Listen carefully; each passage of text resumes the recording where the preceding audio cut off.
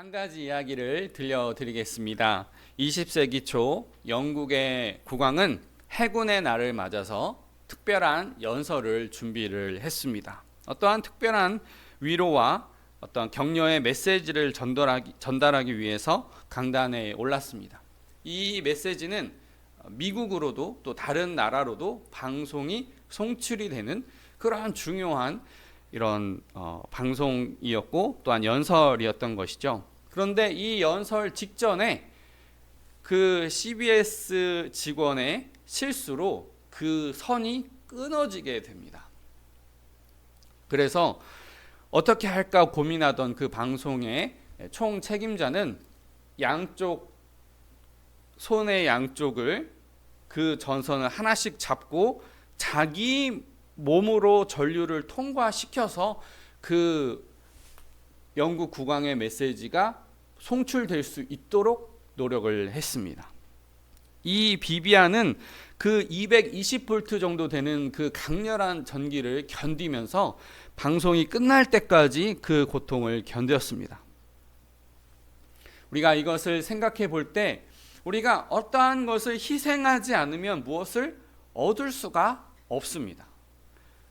No pain, no gain, no cross, no crown. 이것은 어떠한 그 희생이 있어야만, 그 어떠한 고통이 있어야만 그 열매를 이루게 된다는 귀한 메시지를 담고 있는 것입니다.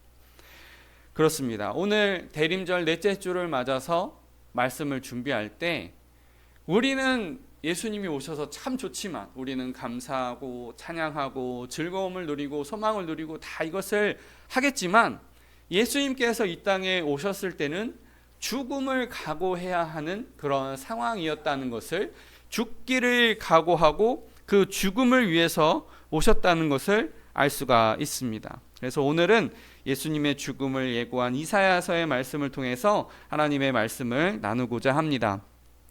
오늘 본문 1절에서 3절 말씀을 제가 읽어보겠습니다. 우리가 전한 것을 누가 믿었느냐? 여호와의 팔이 누구에게 나타났느냐? 그는 주 앞에서 자라나기를 연한 순 같고 마른 땅에서 나온 뿌리 같아서 고운 모양도 없고 풍채도 없은즉 우리가 보기에 흠모할 만한 아름다운 것이 없도다. 그는 멸시를 받아 사람들에게 버림을 받았으며 간고를 많이 겪었으며 질고를 아는 자라. 마치 사람들이 그에게서 얼굴을 가리는 것 같이 멸시를 당하였고 우리도 그를 귀히 여기지 아니하였도다. 오늘 본문은 우리로 시작하고 있어요. 여기서 우리는 여러 가지로 볼 수 있겠지만 그냥 딱 단 하나의 해석을 찾자면 그것은 바로 선지자입니다. 이 선지자는 하나님의 뜻을 미리 알고 있었고 하나님의 백성들에게 하나님의 뜻과 말씀을 전달하는 사람들입니다. 이 우리가 하나님의 뜻을 이렇게 전달을 하는데 그 내용이 무엇이냐? 메시아가 있는데 그가 고난을 당할 것이라는 내용입니다. 이어서 여호와의 팔, 이 구원의 능력이 누구에게 나타났느냐라고 묻고 있는데 이것은 선지자가 몰라서 백성들에게 물어보는 것이 아닙니다. 강조하기 위해서 이렇게 여호와의 팔이라고 하는 여호와의 능력과 고난이라고 하는 것을 대비해서 이렇게 강조하고 있는 것입니다. 그리고 이어지는 2절을 보니까 그는 연한 순 같고 마른 땅에서 나온 뿌리 같다라고 말하고 있습니다. 연한 순 같고 마른 땅에서 있었던 뿌리 같다. 이것은 무엇이냐? 연한 순을 생각해 보세요. 나뭇가지가 엄청나게 그 딱딱한데 그 순이 피어오를 때 이게 얼마나 약해요. 그 딱딱한 곳을 뚫고 거기를 이렇게 생명력 있게 뻗어나올 때 이것은 너무너무나 연약하고 보잘것이 없어요. 마치 예수님께서 이 땅에 오셨을 때 정말 누울 자리가 없어서 그 마구간에 말 구유에 놓이신 것처럼 정말 연약하다는 것입니다. 또 제가 잠깐 농사를 지어보니까 물론 제가 마른 땅에서 나는 그 잡초를 이렇게 풀을 뽑아보지는 못했어요. 대부분 강수량이 좋아가지고 굉장히 잘 자라고 더 튼튼한 이런 잡초를 뽑느라 손목이 좀 시큼시큼 아픈 적도 있었지만 마른 땅에서 나온 풀이라는 것은 어떨까라고 상상을 해보니까 마치 제초제를 머금은 그런 풀이라고 볼 수 있어요. 제초제. 요즘은 다 친환경 농약을 써가지고 이런 것들이 그 제조가 되고 또 이렇게 뿌려지지만 어쨌든 제초제니까 풀한테는 정말 안 좋은 거죠. 국소적으로 풀한테만 이렇게 탁 주는데 그 제초제 약을 머금은 그 풀을 보면요, 다 어떻게 불이 좀 그을린 것 같은, 뭔가 정상적인 줄기가 아니라 불에 그을린 것처럼 약한, 그래서 뽑을 필요가 없어요. 그냥 내가 이렇게 열심히 뽑아낼 필요도 없고 그냥 놔두면 저절로 죽어버릴 수밖에 없는 그런 마른 땅에서 있었던 풀의 뿌리 같은 그런 연약한 모습이라는 것을 알 수가 있습니다. 우리가 영화나 드라마나 이런 것들을 보면 주인공이 시련을 당해요. 뭐 적들한테 화살을 맞기도 하고 총을 맞기도 하고 막 오해를 받아서 감옥에 갇히기도 하고 하지만 결국에 주인공의 결국은 무엇입니까? 적들을 압도하고 적들을 이렇게 감옥에 가두고 또 어떤 심판을 이렇게 하는 그러한 강한 능력자로 나타나게 된다는 것이죠. 그러나 예수님의 그러한 모습은 참 연약하고 어려운 모습이라는 것을 알 수가 있습니다. 성경의 예를 들면 사울이 왕으로 선발되기 전에 그의 키가 남들의 어깨 위만큼 컸다라고 되어 있어요. 그것은 키만 컸지 참 허우대만 멀쩡하지 어떤 실속이 없어, 튼실하지 않아, 그런 이미지가 아닙니다. 그것은 그만한 키와 체격을 갖추었다는 말인데 그 당시에 이스라엘 사람들은 암몬과 블레셋의 위험을 받고 있었어요. 왕은 단순히 뒤로 후방으로 물러나서 그냥 자 니들이 나가서 싸워, 니들이 나와서 싸워, 그렇게 할 수 있는 사람이 아니라 제일 앞으로 나가서 나를 따르라라고 이렇게 외치는 사람이었습니다. 물론 나중에 나이가 먹으면 뒤로 좀 물러날 수 있겠지만 젊었을 때는 가장 전쟁의 앞선에서 나와 싸울 수밖에 없는 그러한 삶이었던 것이죠. 그런데 예수님의 풍채는 이러한 풍채가 아니었고 고운 모양도 그러한 풍채도 없었다라고 본문은 말씀하고 있습니다. 오히려 3절을 보면 멸시를 받고 사람들에게 외면을 받았어요. 성경에 보면 예수님께서 그 공생의 기간 동안을 지내시면서 이제 거라사 지방으로 이제 건너가시게 되는데 거기에 귀신 들린 사람이 있습니다. 그 귀신 들린 사람을 치료해 주셨어요. 귀신이 나갔습니다. 그 귀신이 군대의 귀신이었어요. 그래서 2,000마리나 되는 돼지떼에게 그 귀신들이 달려가서 그 돼지가 갈릴리 호수에 빠져서 죽는 그러한 어려움이 있게 돼요. 그럴 때 마을 사람들이 예수님을 배척합니다. 떠나시라고 합니다. 참으로 안타까운 일인데 우리가 이 고려의 영웅인 감감찬을 보게 되면 귀주대첩을 통해서 이제 거란군을 다 내쫓았을 때에 백성들이 감감찬을 엄청 존경하고 사랑할 수밖에 없는 거예요. 그래서 전국에 그 산이나 이런 험지가 있는 마을에 어떠한 소문이 나게 되냐면 이 산길을 지날 때 호랑이와 곰과 맹수들이 있어가지고 이 길을 지나가지를 못했었는데 우리 감감찬 장군께서 이 맹수들을 몰아내 주셔가지고 우리가 이 길을 자유롭게 다닐 수 있어서 참 감사합니다. 그런 설화들이 전국 방방곡곡으로 막 스며들게 됩니다. 그게 뭐예요? 이 길을 우리가 통과를 못해가지고 저 멀리 돌아다녔었는데 우리가 이 감감찬 장군 때문에 이 길을 직선으로 이렇게 빠르게 넘어 다닐 수 있어서 장사도 좋아지고 물가도 더 싸지고 이 혜택을 누리니까 너무 감사합니다 이랬는데 예수님은 귀신을 내쫓고 그 무덤가 주변에 사람들이 뱅 돌아갈 수밖에 없었던 그 귀신 들린 그 사람들을 고치셨음에도 불구하고 이 돈이 안 된다고 나가라고 떠나시라고 하게 된 겁니다. 이처럼 예수님은 정말로 외면을 받으셨어요. 이 외에도 갈릴리 출신이어서 무슨 선한 것이 날 수 있겠느냐 이런 말씀도 들으시고 그는 요셉과 마리아의 아들이 아니냐, 목수가 아니냐 이러한 참으로 멸시와 천대를 당하셨습니다. 또한 오병이어 사건을 일으키시고 그 모든 기적을 행하셨는데 백성들이 예수님을 정치적인 왕을 삼으려고 하니까 예수님께서 제자들을 반대편으로 보내시고 단독으로 그 사람들을 만류하시고 설득하셔서 잠잠케 하시고 홀로 조용한 곳에 가셔서 기도할 수밖에 없는, 사람의 뜻과 마음에도 일치가 되지 않는 그러한 쓸쓸한 분이셨습니다. 그렇지만 이 주인도 못 알아보는 양들, 이 참 창조자이시고 구원자 되시는 이분을 못 알아보는 이 답답한 심정에도 불구하고 예수님께서는 자기의 맡겨진 사명을 다하셨어요. 이어지는 4절에서 6절 말씀을 제가 읽어보겠습니다. 그는 실로 우리의 질고를 지고 우리의 슬픔을 당하였거늘 우리는 생각하기를 그는 징벌을 받아 하나님께 맞으며 고난을 당한다 하였노라. 그가 찔림은 우리의 허물 때문이요 그가 상함은 우리의 죄악 때문이라. 그가 징계를 받음으로 우리는 평화를 누리고 그가 채찍에 맞음으로 우리는 나음을 받았도다. 우리는 다 양 같아서 그릇 행하여 각기 제 갈 길로 갔거늘 여호와께서는 우리 모두의 죄악을 그에게 담당시키셨도다. 아멘. 4절을 보니까 우리의 질고와 우리의 슬픔을 당하셨대요. 여기서 질고는 예수님의 질고가 아니라 백성들의 질고예요. 백성들의 병이에요. 그것을 그냥 내버려 두지 않으시고 한 명이라도 더 치료하시기 위해서 손을 얹으시고 사랑의 말씀, 위로의 말씀을 하시고 그 백성들, 그 질고 많은 백성들과 함께 하셨다는 것을 우리는 말씀을 통해서 알 수가 있습니다. 그리고 여기서 나오는 슬픔은 정신적이고 육체적인 그 모든 슬픔을 말하는 거예요. 그 모든 슬픔을 담당하셨다고 말씀하고 있습니다.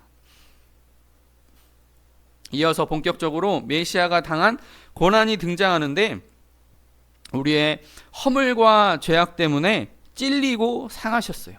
여기서 허물과 죄악은 반역과 불법스러운 일입니다. 반역. 이 반역은 꼭 무슨 반란이나 어떠한 혁명을 일으키는 것이 아니라 내 삶의 주인이 나인 것처럼 행동하는 모든 것이에요. 내 삶의 주인이 하나님이시고 예수님이시고 성령님이신데 그것을 잊어버리고 내 마음대로 판단하고 생각하고 행동하는 그 모든 행위입니다. 그러한 일들과 또한 법에서 벗어나는 불법적인 모든 것들입니다. 그런데 이러한 허물과 죄 때문에 예수님께서는 찔리시고 심판을 당하셨어요.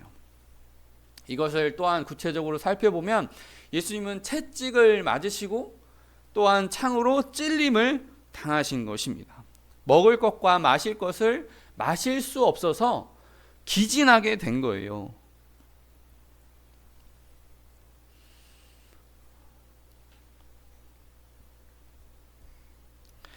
그리고 이러한 이유로 성도들은 평화를 누리고 또한 나음을 받았습니다.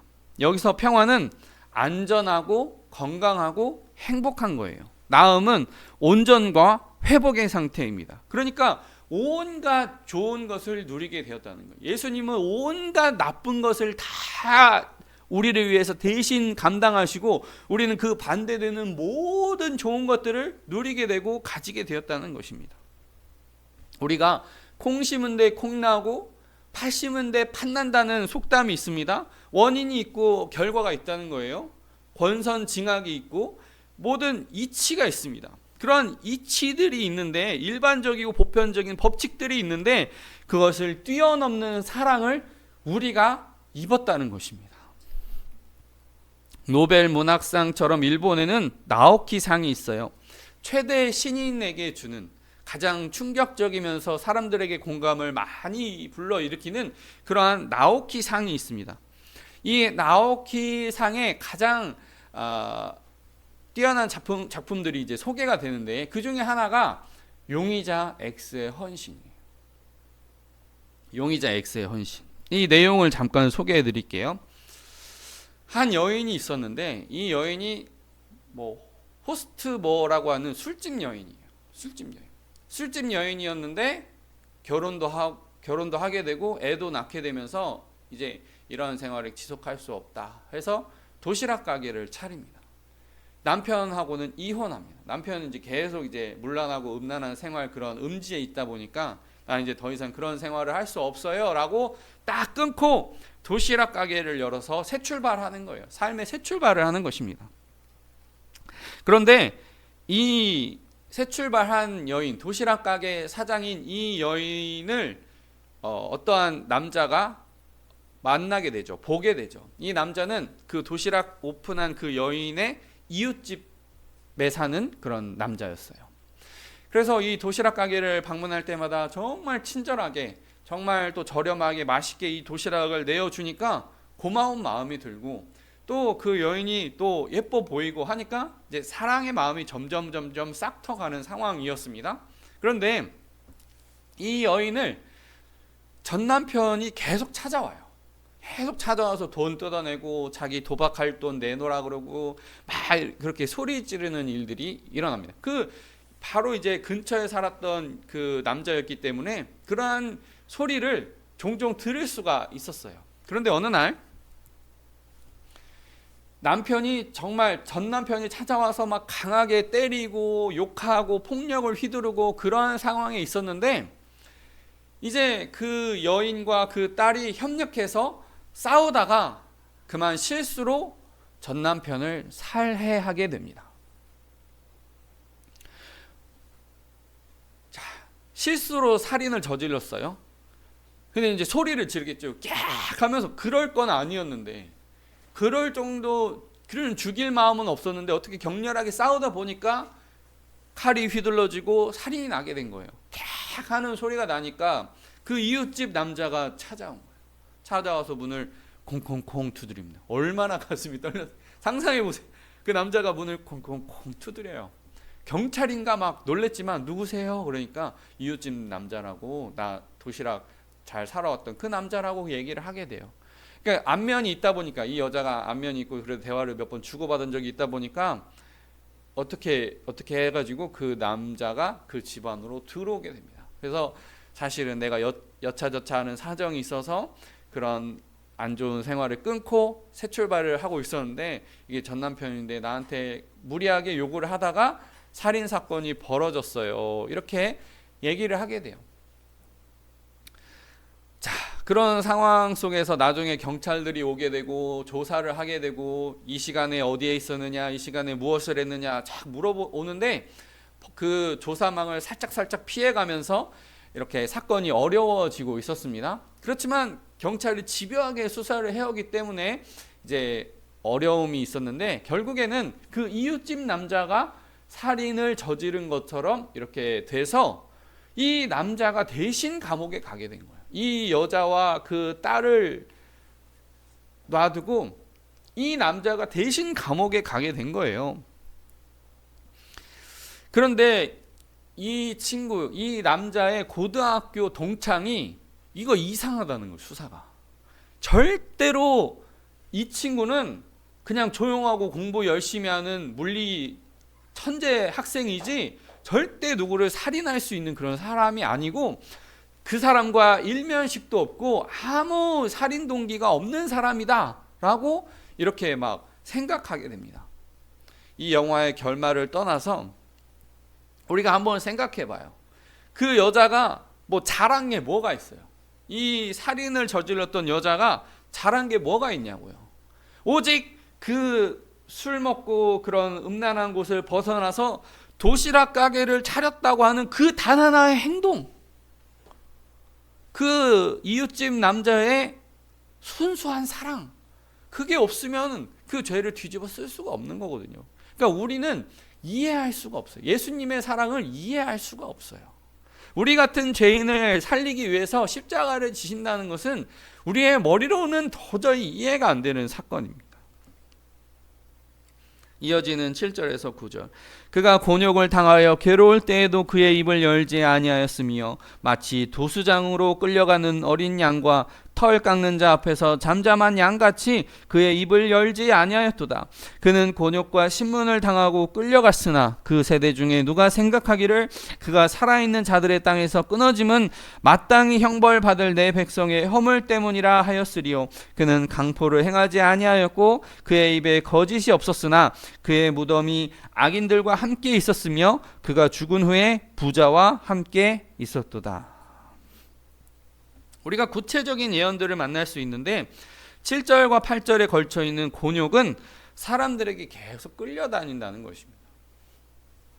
예수님이 그 가야바 전 대제사장으로 끌려가서 다시 유대 헤롯 총독한테로 끌려가고 갈릴리 분봉왕 헤롯에게로 간 다음에 다시 유대의 총독이었던 로마 총독이었던 빌라도에게 가게 되고, 그러니까 다시 가야바, 빌라도, 헤롯, 다시 빌라도, 그 다음에 골고다까지 가시는 거예요. 이게 겟셋만의 동산에서 골고다까지 제대로 먹지도 못하시고 마시지도 못하시고 계속 끌려다니는 거예요. 그 새벽부터 아침 9시 사형 판결이 나오기까지 그 거의 10시간 넘는 그런 시간 동안 계속 끌려다니신 거예요. 우리가 재판이라는 제도를 보면요, 참 소중한 장치들이 있습니다. 1심이 있고요, 2심이 있고요, 3심이 있어요. 이제 가정법원에서 고등법원으로 대법원으로 가는 3심 재판이 있고, 변호사를 선임할 수 있고, 내가 돈이 없으면 그 국선이라고 하죠. 국가에서 주는, 돈이 없는 사람들을 위해서 대신하는 그 국가가 고용한 변호사들을 붙여줍니다.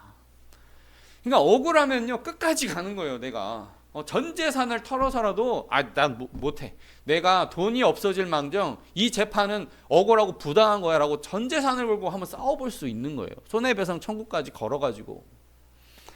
예수님 그렇게 하지 않으시고 침묵하셨습니다. 침묵. 물론 대제사장이 내가 그리스도냐고 물어보셨을 때 내가 말하였도다, 그 정도는 하셨어요. 빌라도가 신문할 때는 네가 왕이냐? 나는 진리를 말하기 위해서 온 왕이지 이런 정치적인 왕이 아니다, 그 정도 말.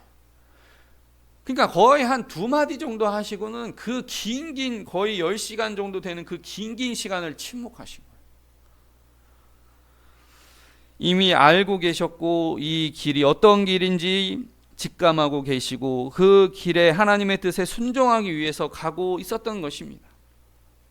그 긴 시간 동안 예수님은 얼굴에 침뱉음을 당하시고 뺨을 맞으시고 주먹으로 치임을 당하시고 누가 때렸냐 맞춰보라고 그런 모욕을 당하시고, 로마의 군병들은 옷을 벗기고 홍포를 이렇게 두르게 하고 머리에는 가시면류관을 씌우게 하고 또 가짜로 무릎을 꿇으면서 유대인의 왕이여 이렇게 조롱하고 갈대로 예수님의 머리를 때립니다.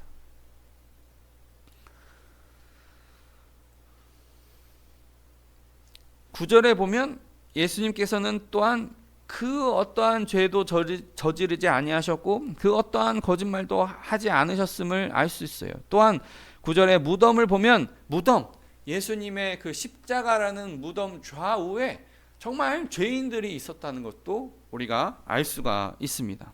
또한 죽은 후에 부자와 함께 있었도다. 그 말은 무슨 말이냐면 아리마대 요셉이라고 하는 그 부자 요셉이 자기 무덤을 위해서 미리 준비했던 그 돌무덤을 예수님께 그 예수님의 시신이 안장될 수 있도록 도와요. 예수님의 장례를 돕습니다. 저는 여기서 무엇을 생각해 보았느냐, 예수님의 오심과 예수님의 죽음이 닮아 있다. 마국간의 그 말구유에서 놓이신 거예요. 여관방에서 만약에 옆방이랑 옆방이 있으면 들리겠죠. 응애하면 다른 사람들이 잠 깨겠죠. 계속 신경 쓰여서. 다른 사람의 잠에 방해가 되지 않을 정도의 떨어진 공간, 그 공간에 오신 거예요. 근데 예수님의 죽음 그 무덤도 그 공간을 생각해 보면 내가 나를 위해서 열심히 재물을 모아서 만든 것도 아니고 그냥 어떠한 부자가 자기 무덤을 위해서 준비한 그 공간에 잠깐 머물다 가신 거예요. 그러니까 예수님은 왕으로 이 땅에 오셨는데 나그네처럼 사셨어요. 그렇죠?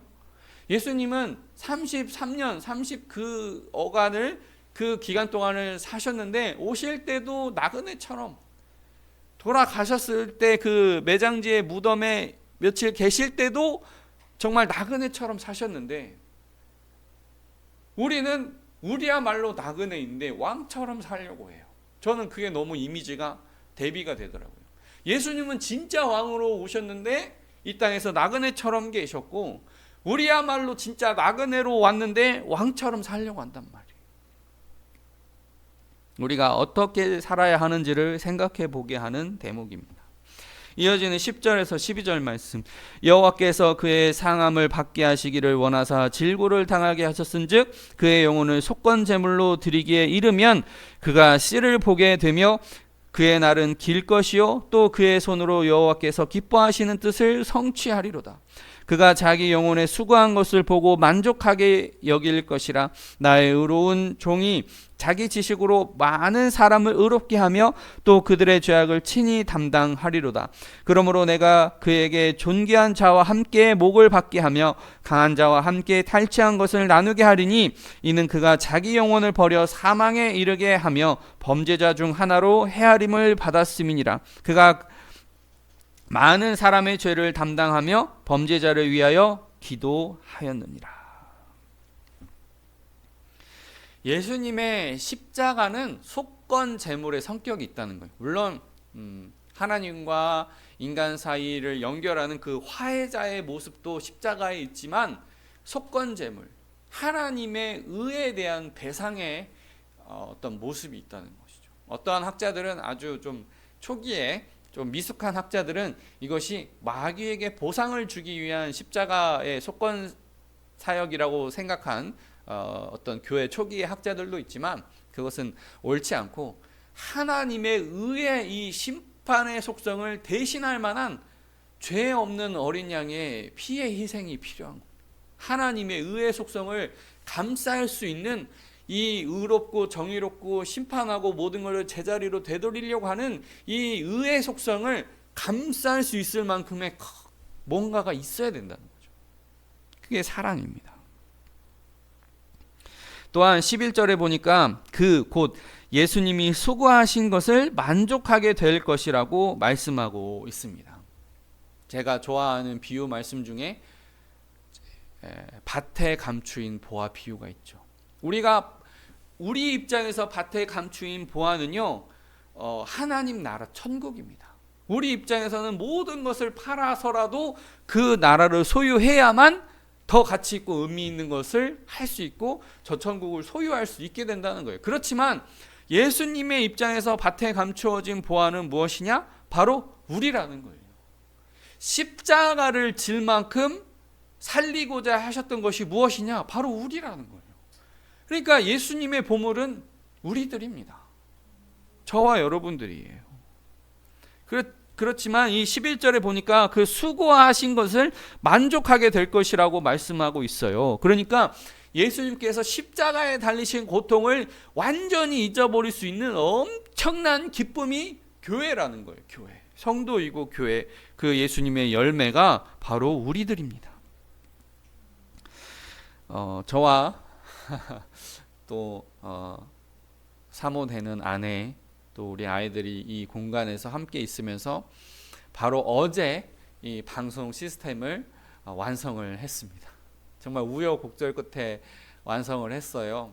하나하나 생각해 보면 간이 테이블도 있어야 되고 이렇게 녹음용 마이크도 있어야 되고 그 모든 배선이나 연결잭 젠더 이런 것도 필요하고 또 컴퓨터, 녹화용 카메라 이런 것들이 다 필요했습니다. 제가 다는 생각이 안 나는데 이런 것들을 하나하나 준비해 가면서 힘들었어요. 왜냐하면 제가 해본 게 아니기 때문에. 제가 아는 집사님 연락해서 그냥 돈 드리고 다 이렇게 그냥 서비스 받을까 생각해 봤는데 어떻게 보면 귀한 헌금을 아끼기 위해서 제가 스스로 한 것도 있고, 또한 스스로 할 수 있는 경험도 이제 부교육자 생활하면서 쌓였었던 것 같아요. 그래서 하나하나 준비했습니다. 하나하나 준비해가지고 설정까지 다 이렇게 연결을 해가지고 딱 이렇게 녹화가 되는 순간, 이 오디오가 잘 녹음이 되는 걸 확인한 순간 너무너무 기쁘더라고요. 수고스럽고 여러 가지 것들이 있었지만 이렇게 할 수 있어서 기쁩니다. 제가 사람을 바라보고 환경을 생각하고 어떤 이득을 생각하면 이렇게 하지 않아도 되지만, 제가 하나님 앞에서 뭔가 하나라도 더 충실히 해보고자 하는 마음으로 헌신하고 결단해서 이 일을 준비하고 했습니다. 근데 참 큰 기쁨이 있더라고요. 어려운 일이었지만 큰 기쁨이 있었습니다. 제가 또한 눈 오는 날 또 제가 이렇게 주어진 영화 볼 수 있는 환경이 있어서 노량이라고 하는 영화를 봤어요. 노량에 보니까 이제 역사가 스포니까 제가 편하게 말씀드리는 겁니다. 뭐 영화 내용을 이렇게 미리 알려드리면 뭐 이렇게 좋지는 않겠지만 역사니까 그 이순신 장군이 노량해전을 맡습니다. 이제 순천 외성에 고니시 장군을 이렇게 포위하고 있었어요. 이 고니시는 부산의 동래성을 함락하고 이제 평양 이북으로 쭉 올라가는 그러한 강력한 일본의 선봉 군대입니다. 그 고니시를 이렇게 순천 외성을 이순신 장군이 포위하고 있는데, 함께 명나라 장군 진린이, 이렇게 명나라 수군 총독인 진린이 이순신과 함께 있었어요. 그런데 이 진린한테 뇌물을 써가지고 배 한 천 연락선을 보내가지고 이제 시마즈라고 하는 장군에게 연락을 보냅니다. 우리 함께 이순신 군대를 공격해서 섬멸시키자. 그리고 우리 유유히 고국으로 돌아가자. 이렇게 제안을 하게 돼요. 이제 조명 연합군이 있었지만 양쪽에서 이렇게 공격을 당하게 되면 이제 고니시도 수백 척의 배가 있었을 것으로 추정이 되고, 이 시마즈 장군의 배가 약 500척 정도 있을 것이라고 예상이 됩니다. 이 시마즈 장군은 칠전양 해전, 견내량인가요? 칠전양 해전에서 이렇게 우리나라의 조선 수군을 괴멸시킨 적이 있어요. 거북선까지 포함해가지고 괴멸을 시킨 적이 있어요. 그런 경험 많고 뛰어난 장군이었는데, 이 두 군대가 샌드위치 하듯이 서에서 동으로, 동에서 서해로 진격하게 되면 그냥 부서질 수 있는 위험한 순간에 이순신 장군이 거의 12시부터 동이 틀 때까지 먼저 동쪽으로 딱 가서 전쟁을 하게 되는데, 얼마나 이 전쟁이 격렬한지 밤새 싸우는 겁니다. 12시부터 새벽 1시, 2시, 3시, 4시, 5시, 6시, 7시까지 해가 떠오르는 순간에 병사들이 뭘 느끼겠어요? 자기의 피로도를 느끼는 거예요. 내가 몇 시에 출정을 했는데 내가 해가 떠오를 때까지 싸우고 있어. 그러면 병사들이 지치는 겁니다. 이제 그 해를 보면서 기운을 얻는 게 아니라, 와, 내가 밤새 싸웠어? 라고 하는 그 피로도가 쌓일 쯤에 이순신 장군이 북을 치기 시작해요. 둥, 둥, 둥, 둥, 둥, 둥, 계속 북을 쳐댑니다. 이게 병사들에게 힘내라는 신호죠. 내가 쉬지 않고 이렇게 북을 친다는 것은 병사들을 독려하는 거예요. 힘내라고 독려하는 거예요. 그래서 저는 이순신 장군의 마지막 대사, 싸움이 급하니 내 죽음을 적에게 알리지 마라, 이 대사보다 어떠한 대사가 더 감동적이었냐면, 대장께서 우리를 격려하신다, 대장께서 우리를 독려하신다, 이 대사가 제 마음속에 확 와닿는 거예요. 우리의 대장은 예수님인데 우리의 삶을 그렇게 독려하고 계신다는, 예수님도 죽음을 두려워하지 않으시고 그 자리에서 십자가로서 완성을 시키신 거예요. 우리는 자꾸 십자가를 생각하면서 복음의 북소리를 생각해야 돼요. 예수님의 그 큰 사역, 십자가를 보면서, 물론 십자가 나무 자체는 어떠한 울림은 없고 소리는 없지만 우리가 십자가를 보면서 예수님이 우리의 삶을 독려하시고 예수님이 우리의 삶을 위로하시고 예수님이 우리가 헌신할 수 있도록 북돋아 주신다는 그 은혜를 생각해야 해요.